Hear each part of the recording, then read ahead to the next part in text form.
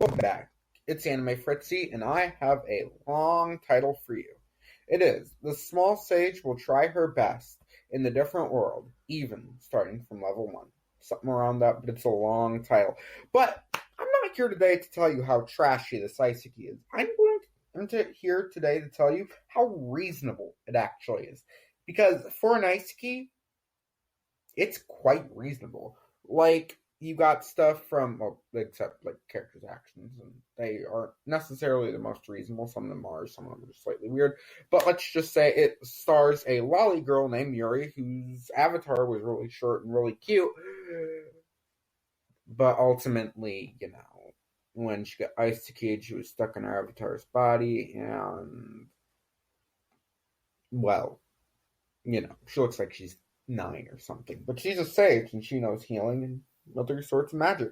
Not just healing. Yeah, well, we'll get into that. So it starts off very simply. It gives us an idea of little elven girl waking up, but then also kind of telling you that this is a video game world. And I'm when I first tried it, I'm like, oh, it's just one of these things. Oh, by the way, Sword Online was not an Isekai. You're freaking idiots. And you jump to the scene, and it's actually kind of even proving its point now. It's like, you're going to start from level 1. Is that alright? And she's like, yeah. From this point on, from this point forward, adventure with the decorum of the majesty fitting of a sage.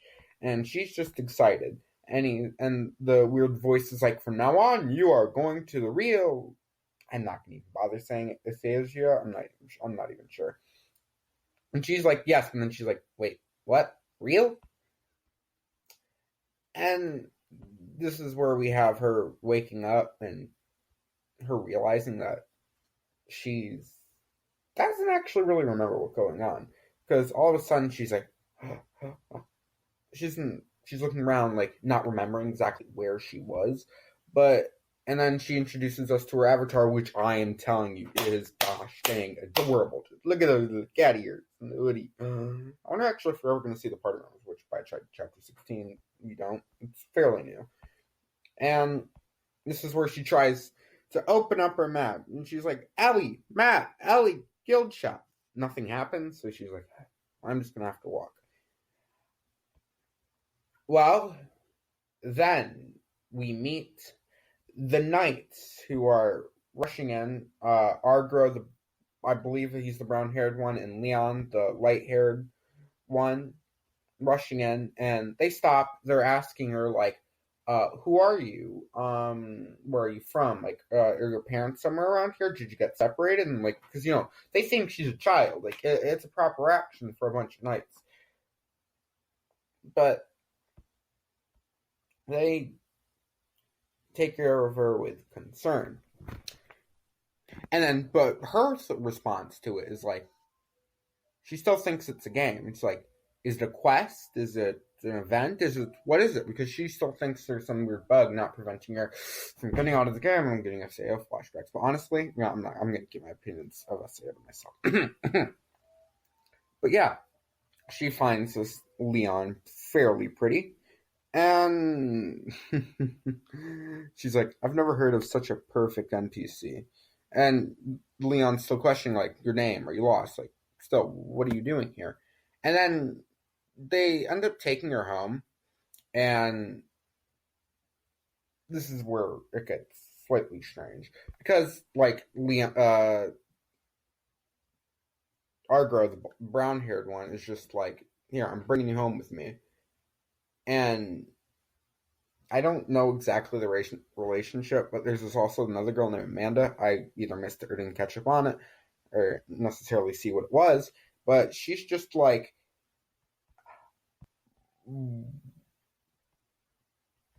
what is this? Words. Illegitimate child? Like, what is it doing here? And, like, she just all of a sudden is going from that freak out. Wait, did you have a kid and never tell me about it? I don't think they're in a relationship. I probably just missed it, if I did. But I'm going to start getting to the reasonable parts in a second. But yes, because they don't like treat her as if she's a child, and our girl kind of freaks out. She ends up telling her that, oh, I'm an adventurer. I'm completely fine. Like, I'm not sure what you're talking about. I'm older than I look. I'm an adventurer. He just freaks out and he's like, you're an adventurer. A little kid like you. Where's your adventure guild tag? And she's just like, huh, huh, huh. And he just goes on a terrible rant of just stuff and why she isn't and why she shouldn't be lying and all the stuff like that.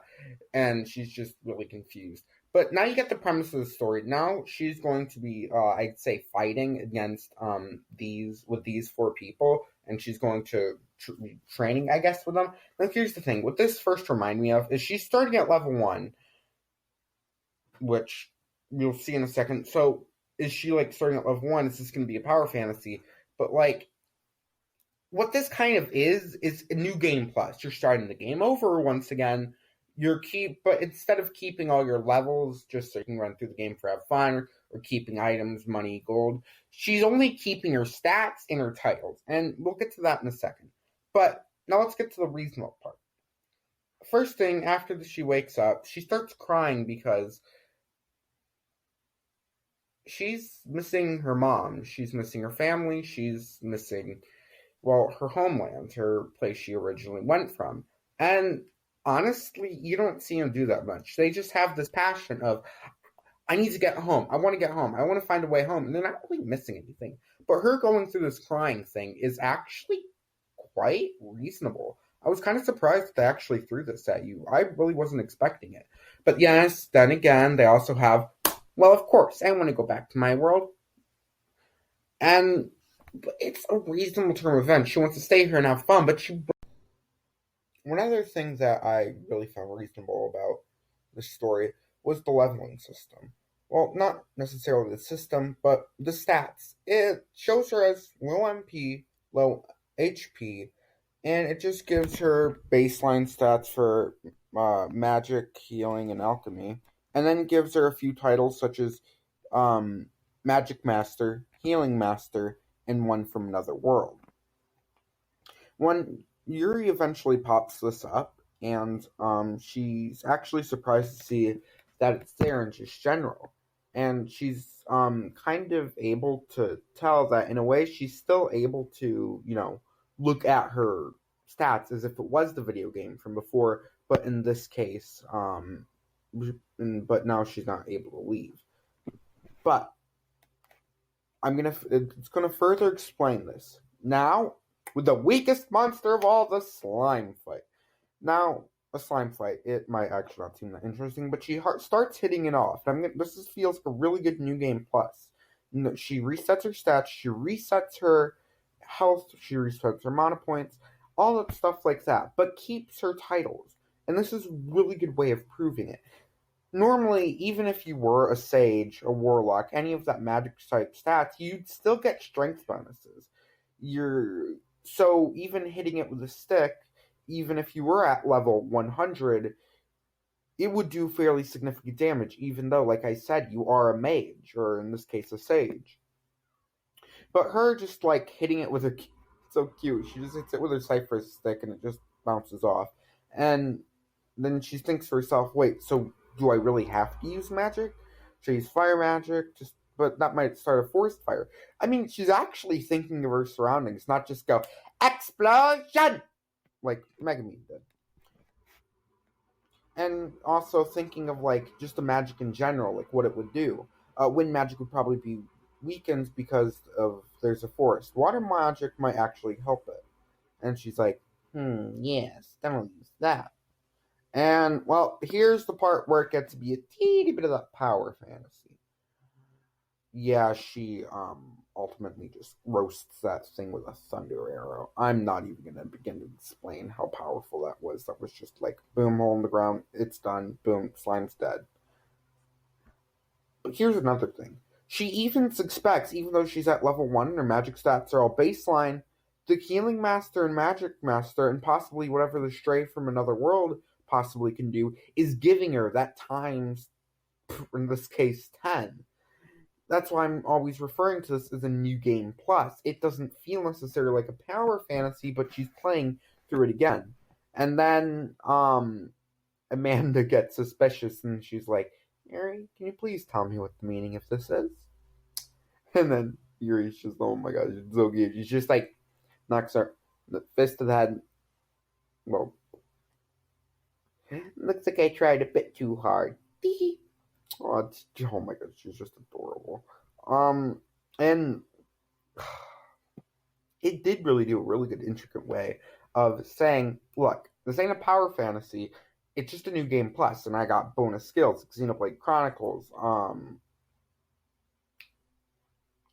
That one's old. I guess in a way, sometimes new game pluses vary depending on games, but main point is this is feeling the new game plus. Now for our final part.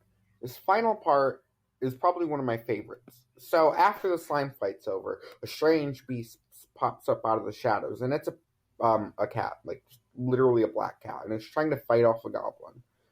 Um, and oh my god, this thing's adorable. I actually have a black cat of my own. This thing's cuter than it. No, but normally this is cuter than most things in real life. But besides that point, and the thing is, they act, the Argro, Amanda, and Leon, they act as though this thing is a wild beast. Even so, this thing is so comfortable with her. The Amanda's like, that's a monster. It's dangerous. It's a dark black panther. All those things were just giving her licks and just lying on her lap and enjoying itself. It doesn't feel like it belongs there. But that's the thing. It's like you have a cat companion. But because cats and dogs aren't tamed yet, they're normal. They're just to their beforehand when they were just wild feral cats and feral wolves. They weren't tamed. And this addition is another thing. Another thing I just realized about talking this is that the family name. Amanda, Leon, and Argro, they don't have family names. It's just one name. And for like, yes, and it even said nobles. Nobles are the only who have family names. And I'm just saying, for times like this, that would make most sense. And does make a lot of sense. And I'm going to say, this manga, oh gosh, I don't even bother saying that title's name. Oh, it's actually kind of hard to remember. I'm going to say it's, Japanese name. Chibikyo Kenja Level 1 Kara Isekai di Ganbari Masu. So yeah, that's that. Boy, was this a fun one. I'm just gonna tell you to subscribe and bribe you with cute pictures of the cat and Yuri. Yeah, that's it. I'll see you.